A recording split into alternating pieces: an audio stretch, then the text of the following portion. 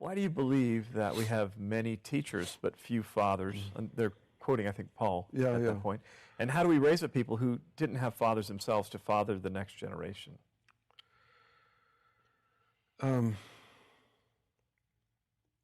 Fathers just have a different approach to family than teachers. Teachers want to make sure everything's right.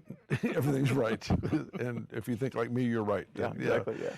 Now, there's that pressure to be right. And a family functions different. A family just, a family can sit down at the Thanksgiving table and have people on both sides of the political aisle as children, and husband and wife can think differently about a lot of different issues. But when it's family, that takes precedent. And a healthy father in a healthy family, we're talking about, a father always wants his kids to do better than him. In other words, I'm not going to become jealous because my son excelled, went beyond my accomplishments. And fathers are that way. Fathers have a sense of security in who they are and live with the realization that they live now for someone else. They are actually going to pay a price to create a momentum, an inheritance for another generation. And you don't just learn to do that out of a discipline. You need that father's heart. You need to feel his heart for people.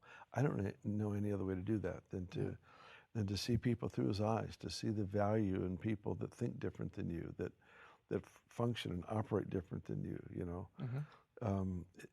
It's a huge part of what's needed in the body of Christ is fathers, mothers, people that will look into the heart of a child and train them up in the way they should go, not in the way the leader thinks they should go. In other words, I'm not training my spiritual son for my glory or for my benefit, but actually so that they become everything God meant for them to become.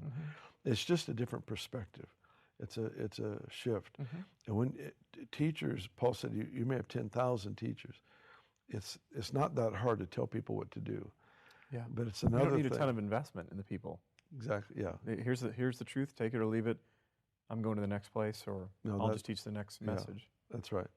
There's a lot of folks that think they know how everyone else should live, but fathers have the way you said it was right.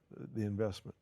In other words, I've invested in you, my son, my daughter. I've invested in you, and I'm going to be here after it works, and I'm going to be here after it fails. I'm going to be here regardless. And that's what spiritual moms and dads do as well. You don't have to have had great family to learn how to be a good, a good family. I mean, I won't mention names, but we've got people around our team. They were not raised in good homes, but they have brilliant homes. They're wonderful parents. They are wonderful grandparents. They just know what they're doing. But they weren't raised in an environment where they learned it. They did learn it. They had to observe it somewhere. They learned as adults. Exactly. Exactly. And it basically comes down to just discovering the heart of God for yourself. If you can become settled with how he views you, how he, his heartbeat for you, that becomes substance. That becomes food. That becomes something where you want to replicate that. You want to represent him well towards other people. And it's extremely doable. But you have to lay down the need to be right all the time. It just doesn't work well in that setting.